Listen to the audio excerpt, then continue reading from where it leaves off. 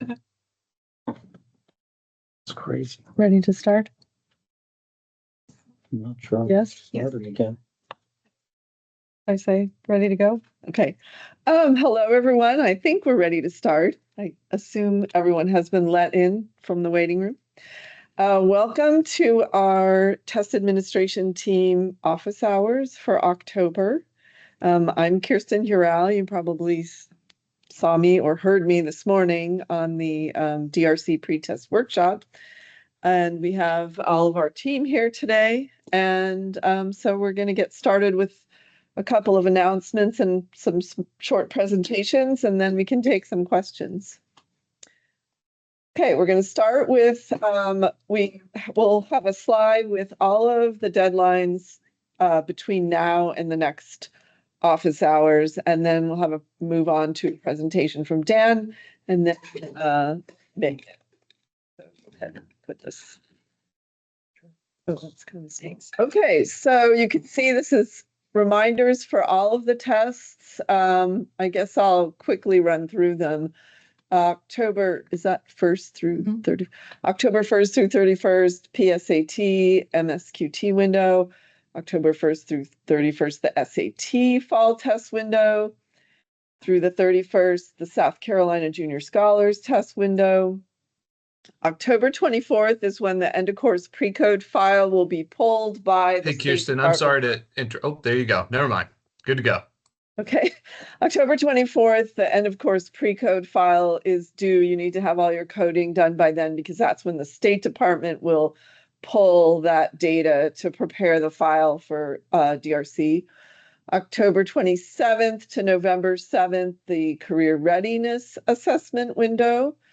November 6th, COGAT in Iowa post-test webinar.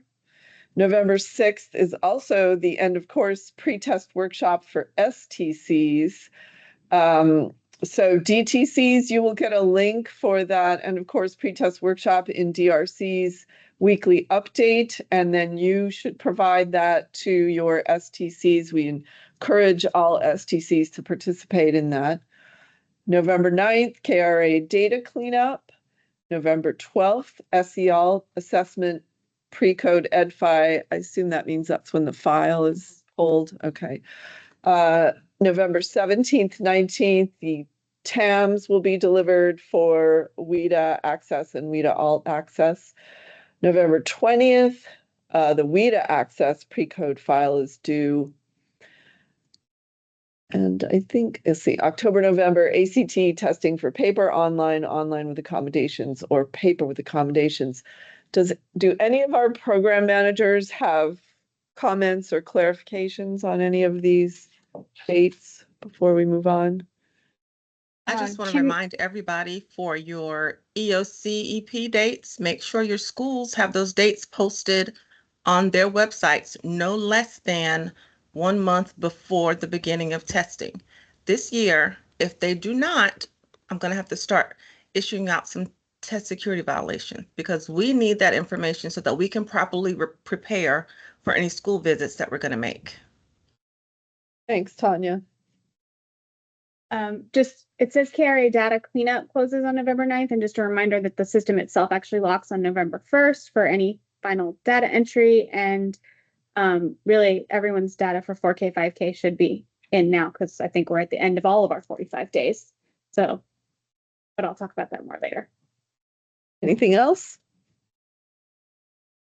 Okay. Then I will hand it off to Dan Publicover, our assessment program manager, and he has some things to tell you.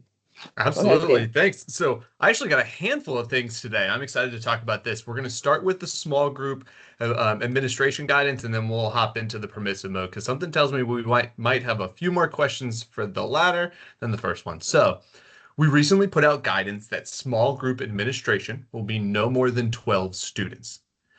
It's published in the TAM. It's there. It's good. With that, though, districts may make a request for group sizes larger than 12 students. That's totally fine. The procedure for doing that is the DTC should email it to me, providing what the group size would be and justification for that group size. The reason, so a little bit of the why we wanted to come from the DTCs and not the schools or the STCs is it allows you to know what's going on in your schools. It also allows you to submit multiple requests at the same time. Hey, here's my 2 elementary schools. Here's the groups I want to do it with. I'll work with the program manager, either Crystal or Kirsten, along with Tanya, just to make sure that it is logical, and then get you your response back. It'll allow me to get you your response for all of your schools in a timely manner. I don't foresee a ton of these requests coming in because 12 kids is kind of a lot for a group to begin with when we're dealing with students with all sorts of a combination of accommodations. I would assume that these would be grouping like accommodations. For instance, if you had a group of ML students that were all just using the bilingual dictionary in small group, well, maybe then it would exceed and you'd have 13, 14 kids. If you have students that are using this accommodation for distractibility reasons, exceeding 12 students would be pretty distractible for anyone, including the test administrator and the monitor. So take that in consideration before you make the request. So before I move on to the next part, is there any questions anyone has or needs additional guidance on how to make those requests? Feeling good? And if so, email me, call me. You know I like to talk on the phone. Feel free to reach out. All right. Diving into permissive mode. So this came out in the DRC weekly updates last week that SCDE will no longer need to approve the use of permissive mode. So a little background on permissive mode. Permissive mode is the title we give to allowing a third-party software to run in the background of the DRC testing platform. This is used for speech to text, the big one, and eye gaze or head motion responses. So with that, we had to provide approval because that third party was running in the background and we wanted to make sure that the testing platform was locked down and it was safe and it was good to go. DRC has now transitioned that ability over to the district to do that all on their own, which is now going to make speech-to-text technology way more accessible for our students. We see this as a huge benefit because so many of our kids are using that day-to-day in their daily instruction, and we want to match their daily instruction and their classroom assessments to their end of course assessments and their end of the year assessments. So it's a great opportunity for them to be using it for that TDW. One limitation I see and something I keep thinking about is, and if you see it in the DRC Tech Bulletin, it is allowing for certain speech-to-text technology to be used. Okay, not all speech-to-text technology. There's certain softwares that are able to be used. If you are going to have a student that is going to use this as an accommodation at the end of the year, you want them to start using the software that's approved through DRC now. So in the Tech Bulletin, it mentions Dragon, which is a paid software. It also mentions Windows Voice, which has some uniqueness to it. I was playing around with it today in the OTT. You're definitely going to want your students to be very familiar with this, as we have with all of their accommodations, right? We want our students to be very fluent in their accommodations, proficient in their accommodations prior to test day. So please, please, please, if this is something your student is going to use at the end of the year, they have to be proficient with the use of this software, practice in the OTT, use it there. Before I open it up for questions, coding this in your student's IEP. So if a student is going to be using speech-to-text technology, that is, or software, that is going to go under dictation of response.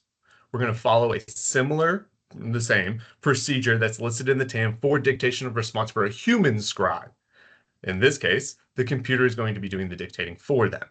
That's how you would code it in the IEP, by checking that box in EdPlan SC, but you would need to provide further explanation in your implementation of accommodation specifications, which is a fun phrase to say, that says that the student will use speech to text versus a human. Notice in the accommodation specifications portion. For eye gaze or head tracking, you're going to do nonverbal indication of response. You're going to follow that similar procedure. So this information will be updated in the spring TAM to reflect it for EOCEP as well as SC Ready. However, it's already available for fall winter EOCEP. Therefore, we have a resource. It's going through, it's getting approved now for 508 compliance, so we can post it on our website, and we'll also make sure to send it out. We have a document that just gives a little bit of guidance for this fall winter, since it won't be explicitly listed in the fall winter TAM. So we want to make sure that you guys have this, that you can review it and ask any questions that may arise before that window opens. So, but it will be explicitly listed in the spring TAM for both EOCEP, the conjoined TAM. Okay, that was all of my thoughts, all very quickly. I'm very excited about this opportunity, but it is opening the opportunity to so many more students, so we know that we're going to get a lot of feedback, and feedback is great, and I want that feedback, and I want to know the limitations you guys are seeing and the practicality and all of that. So please keep providing me that feedback, and everything I've gotten so far has been great. Does anyone have questions in particular about permissive mode?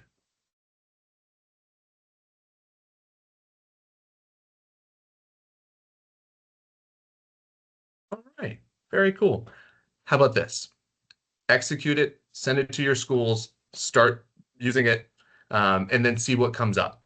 We're going to work on our end to see if anything happens, if we're seeing any limitations. We've been using permissive mode for some years now. It has been allowable. It's now just more accessible. It's now just more out there. So we have some guidance on it, but if anything comes up, please, please, please send that feedback on my way.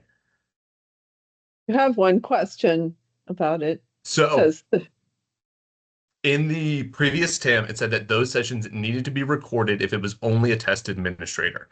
That is not the case. It would need to be a test administrator and a monitor that would be present for the use of these. That guidance was coming whenever schools put in the special circumstance request. That response back from me would say that you would have to have a monitor present. We're going to match that same verbiage, so it wouldn't be an individual TA, and that's when we had to require the audio recording or the video recording. Is there a guidance document available? Not quite yet, Dana. I'm working on it.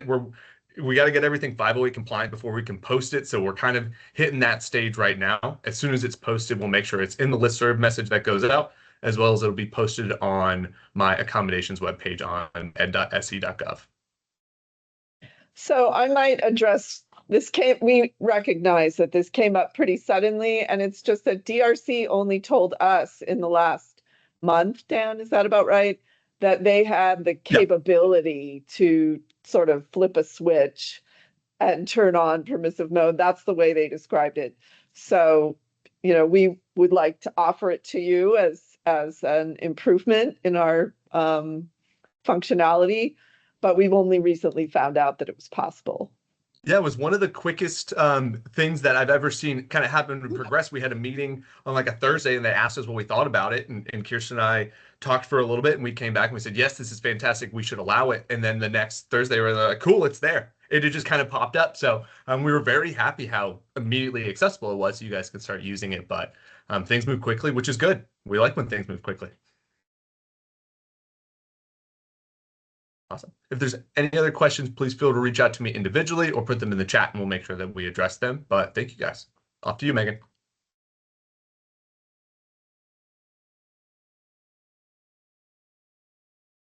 Hi, everyone. If I haven't communicated with you since I've returned from maternity leave, hello.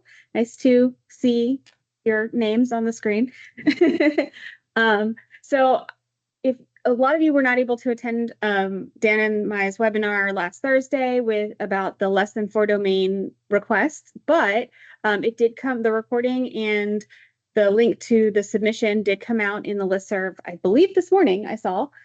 So just wanted to be here to be able to just, if there were any questions that, I know you haven't had a chance to watch the recording, but really the only thing that has changed about the less than 4 domain, which used to be called access limited, but we're aligning language to be better aligned with the way WIDA refers to it, is just that the form isn't digital form now. And the video, Dan goes in great detail over how to submit the form with better context, so that when we are reviewing it, we don't deny a request because we don't have clarity through the answers to the questions. We really want to make sure that if a student needs this accommodation to not take a domain, that we have all the information so that we can make the right choice or right guidance and decision about that based on everything that we have. So just trying to simplify and streamline the process Dan, do you want to add anything else to that? I know you saw put some links there, so.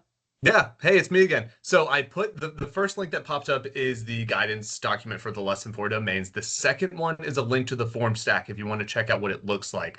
So we got the suggestion over the summer, which was a great suggestion because before you were scanning and uploading it, feel free to keep doing that if that's what works for you, ADTS. It's kind of crazy to go in there, but this form stack gets us all of your documents in a secure manner, all in one spot, and we can process each student individually. It makes your life easier. Hopefully it makes our life super easy.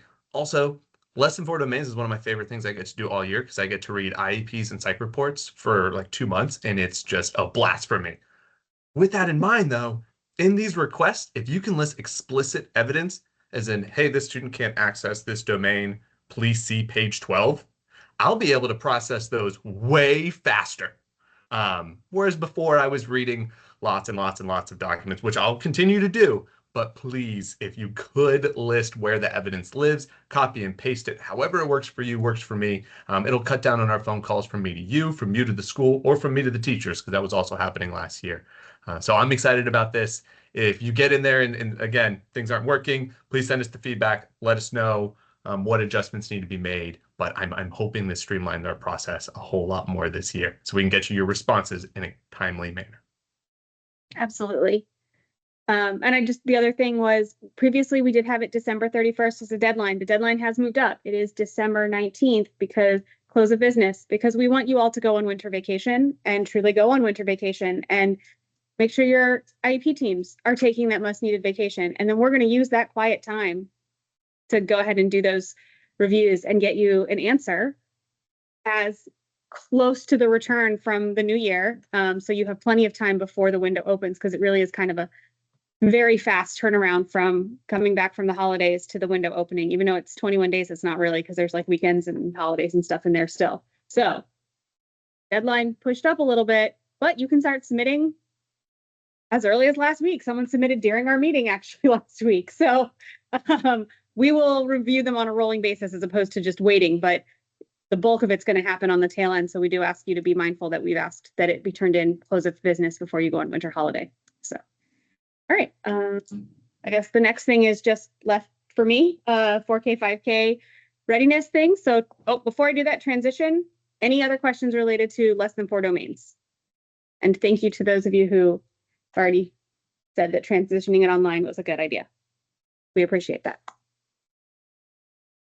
Okay, now I'm going to move to 4K, 5K. As I mentioned in the beginning, just deadlines. We are at the end of the 45th day, which means all of your teachers should have finished assessing your preschool and kindergarten students, whether it be in GOLD, MyIGDs, and of course, KRA.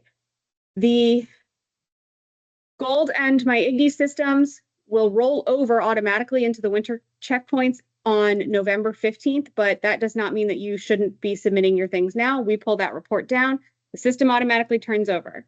November 1st, KRA locked, no more data, can absolutely not go in there.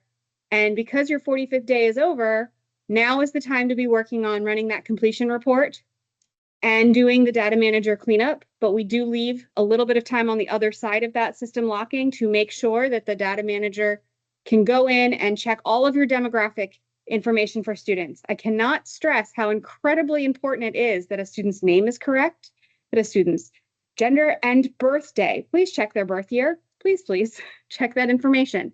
Because if it's not correct, when we go and start looking for completion and running reports and all of that, it could turn into a violation because information has been reported incorrectly to us. Also, if a student is not made active and they were supposed to be, they don't get a record. So again, now that looks like that student has never been tested, no ISR is generated for them. That's why we have this extra time to go in as a data manager and check it. And lastly, all transfers have to be completed or the system will basically not see them as well.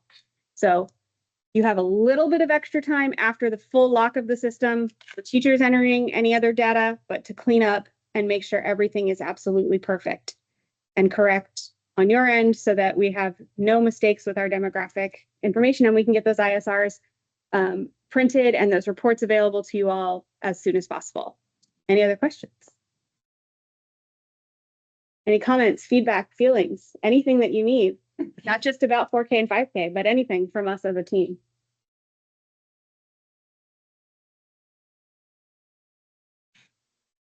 Yes, if you don't have questions for Megan, we can open it up to questions on any of Yeah. the programs. Well, I guess they might be talking. isn't going to shut it down yet.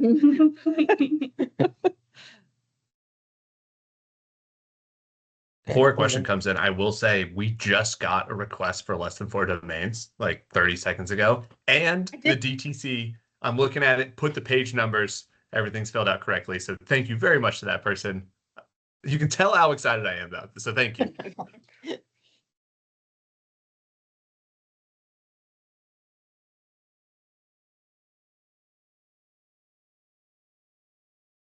There's a question. I guess that's a Megan question. Yeah, I have a 5K student who is out on medical leave and could not test.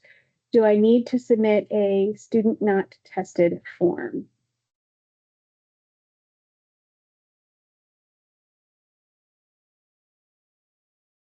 I would say, sure, yeah, do that. Submit that form. This very rarely happens for me, so I'm a little taken back on that. But I would say definitely document that they're out because of that medical reason and that you couldn't test them. How old? That's Kelly, are you asking about the end of course SC Ready TAM? If you are, they'll look very similar to how they have always looked. There will just be the SC Ready administration scripts. And then after that, the end of course administration scripts. The fall TAM will only include the end of course, the fall next year, the fall 26 TAM will only include the end of course administration scripts. And we're eliminating the appendices, so the scripts will be last. So that will make it easier to sort of pull them out and put them back in, whether it's when it's fall and spring. But the rest of the TAM will be the same. It will be the combined TAM. So does that answer your question?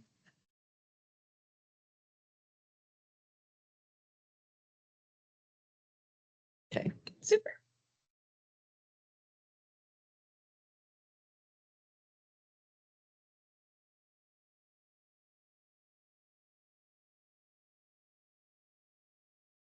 anything else? We'll just give it a few more minutes, maybe.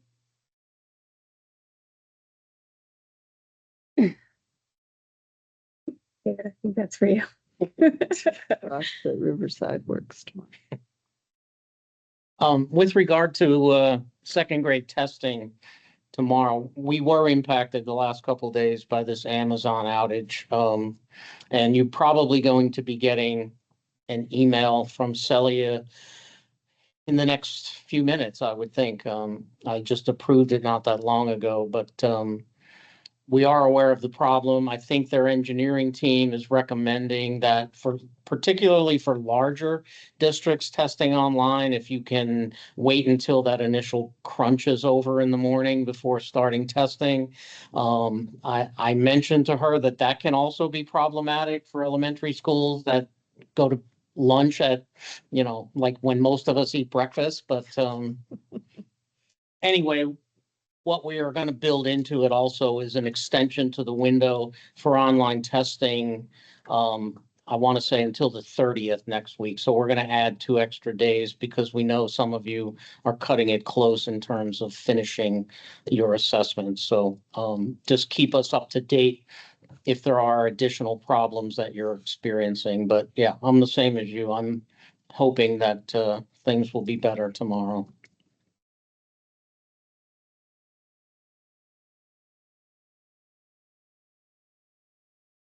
I didn't really do anything, but you're welcome.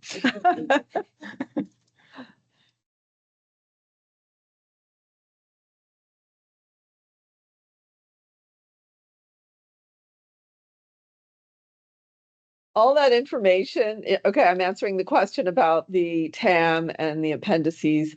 All that information will still be included in full sections. They will just be Appendix C will be a section called something like testing students with accommodations.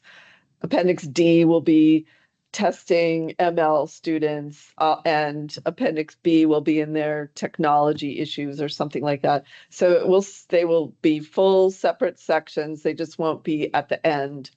And that allows us to put the scripts at the end, which we think is a better organization.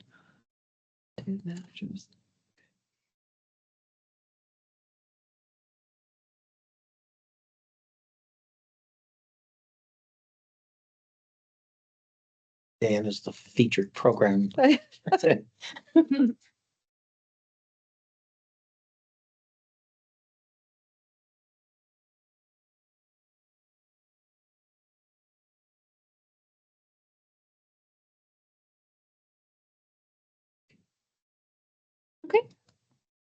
Okay, everybody. Well, thank you for joining us, and we will be back again in November. So be thinking of any questions you might have, and we will see you then. And certainly email or call us anytime in between. Thank you all. Bye-bye.